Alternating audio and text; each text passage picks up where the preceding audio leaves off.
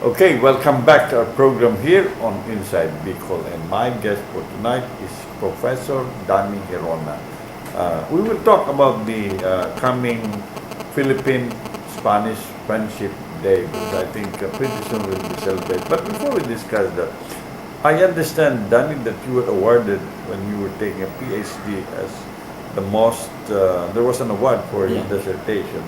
Tell us about this, because I'm curious about this. Ano yun? Yeah, I was awarded by UP's with the actually award in absentia because there was a celebration in UP at the time. I was in Spain, but they handed over to me later on the plaque which says there the most outstanding dissertation for the first part of the third millennium.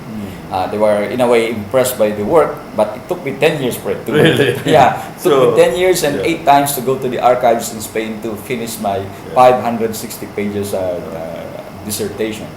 They were impressed because of not only because of the thickness of the manuscripts, but because of the substance of the manuscripts. The title of that is Hermeneutics of Power.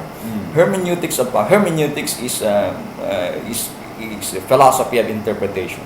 So as the whole substance of the manuscript talks about the power relations between the Spaniards and the Filipinos, but I was examining this power relation not so much in terms of how much weapons they have, how much soldiers they have here.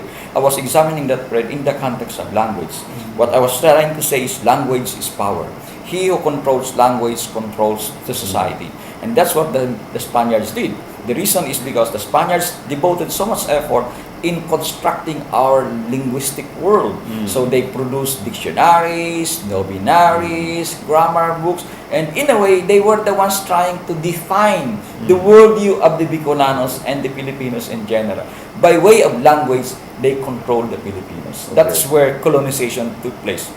Not so much with swords, not so much with guns, but with the control of language. Therefore, I would say, language is power. So that was, we would say, the basis for your The base, being, they were the ones. recognized. Yeah, for being recognized because it changed the whole notion of power in Philippine history. We are no longer looking at it in terms of the number of weapons, but now in the use of language. That, as I've said, Which earlier. I think is now being experienced. That That's true. knowledge is power. That's true. That's true. That's why media is a powerful institution that you have to reckon with. Okay. Now, let's talk about this coming celebration of the Spanish-Philippine Friendship Day. You know, it's something else also, right? Because we have a fellow Bicolano, he's honorary consul of the Spanish government. Let's talk more about the significance of this event as related to what happened before here. Ano bang significance nito sa atin, yung celebration ng Philippine and Spanish? Yeah, definitely importante ma-remember. First of all, we celebrated this Philippine-Spanish Friendship Day to give a background, Fred, because of the bill filed by Senator Angara at the time, that he wanted that to recognize the friendship that existed, not only the enmity that happened during the revolution, but also the friendship. Angara was trying to say that we have a lot also to be thankful with Spain, and our culture, much of our heritage, our history is intertwined with the Spanish civilization, and that's the reason why we have to look back with gratitude to Spain. That's why he incorporated this as part of the calendar of events in the Philippines. And fortunately, Fred, I was there when this was first inaugurated. This was first celebrated in Madrid, because Angara was there, Ambet Ocampo was there, the delegations from the National Historical Commission, and some senators were there, spearheaded, of course, by Angara, and was among those invited in Madrid during the so-called Tribuna, when they celebrate Spain and the Philippines celebrated this first Philippine-Spanish Friendship Day in Madrid. It so happened I was there doing research, and so Angara and people there invited me to become part of the event. So since then, we are celebrating that annually here in the Philippines. And why should Bicol be among those enthusiastic to celebrate this? Of course, as you have said, Fred, first we should be happy enough that we have our own honorary consul here, as Carlo Buenaflor. But not only that, but because of the fact that Bicol is part, Naga was part of the landmark in Philippine colonial history, especially during the Spanish era. First, we are among the first 4 cities ever founded by Spain, not only in the Philippines but in Southeast Asia. Among them was, of course, Cebu, the Santissimo Nombre de Jesus of Cebu. We have Manila, we have Villa Fernandina in Bigan, and of course we have Nueva Cáceres here in Naga. So the first 4 cities. Aside from these first 4 cities, we are also among the first 4 dioceses ever created in the history of the Philippines. Of course, the first was Manila, but we have also the Diocese of Santissimo Nombre de Jesus, we have the Diocese of Nueva Segovia in Ilocos, and we have the Diocese of Cáceres. We were founded as part of these dioceses in 1595, so another early landmarks colonial history. But not only that, we were also the major transit point of the Spanish galleons, as I said, Fred, because of the fact that galleons entered through the Bicol region. It hardly entered the Philippines by other passageway other than the San Bernardino Strait, which is in Masbate area, Masbate Sorsogon area. So all galleons, almost all galleons coming over from Acapulco would enter the Philippines via Masbate, except for those galleons who could not locate the passage during stormy weather, or if they were drifting away from this San Bernardino Strait, they cannot resist the current, so they have to go to Catanduanes and go all the way to northern Luzon, and then return to Manila. So, but then they don't like to do that because it would take another 2 or 3 weeks again. After 6 months of long, arduous journey from Acapulco without taking a bath, with hardly any food to eat. So they don't want to prolong their agony. So not the safest, that's the most dangerous, of course, the San Bernardino Strait. But that's the shortest route. Yeah, that they can ever have to enter Manila.